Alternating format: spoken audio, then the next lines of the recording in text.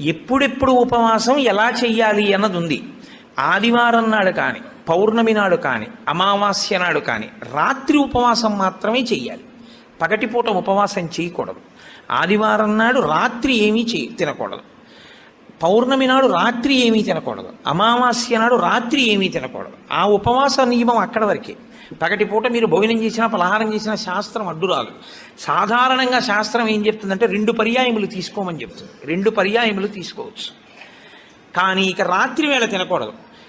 అష్టమి తిథి, చతుర్దశి తిథి, ఈ 2 తిథుల్లో పగటి వేళ తినకూడదు, రాత్రి వేళ తినాలి. పగటి వేళ ఏమీ తినకుండా ఊరుకుని నక్షత్ర దర్శనం అయిన తర్వాత మాత్రం భోజనం చేయొచ్చు.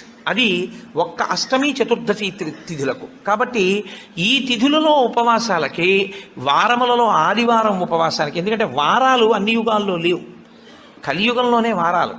మీరు రామాయణాన్ని చూస్తే రామాయణంలో వారాలు ఉండవు.